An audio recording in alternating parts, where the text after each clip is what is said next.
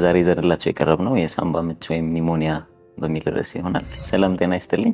ዶክተር አሚር መሐመድ እባላለሁ ከኢትዮ ጠቢብ ሆስፒታል የውስጥ ደዌ ስፔሻሊስት ሐኪም ነኝ። የሳምባ ምች ሳምባን በተለያዩ በሽታ አምጪ ተህዋሲያን ምክንያት የሚፈጠር የሆነ የሳምባ ውስጥ መቆጣት፣ ብግነት ወይም ደግሞ ኢንፌክሽን ነው።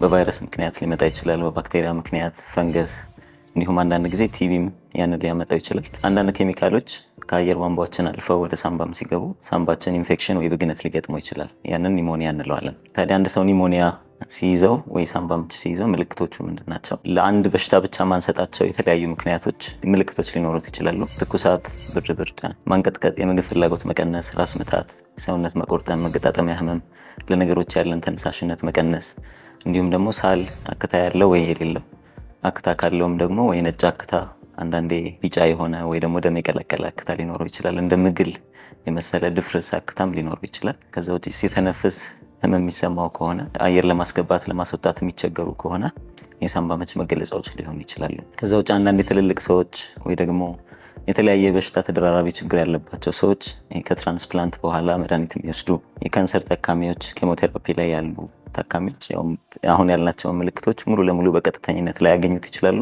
የንቃተ ህሊና መቀነስ፣ ትኩሳትም ላይኖራቸው ይችላል። የኦክስጅን መውረድ እንዲሁም ደግሞ ተገቢ ያልሆኑ ንግግሮችን መናገር አንዱ የበሽታው መገለጫ ሊሆን ይችላል። የበሽታውን ደረጃ አይተን ህክምናውን እንወስናለን። ምርመራዎች ካደረግን በኋላ ከበድ ያለ የሳምባ ምች ከሆነ ሆስፒታል ገብተው እንዲታከሙ እናደርጋለን።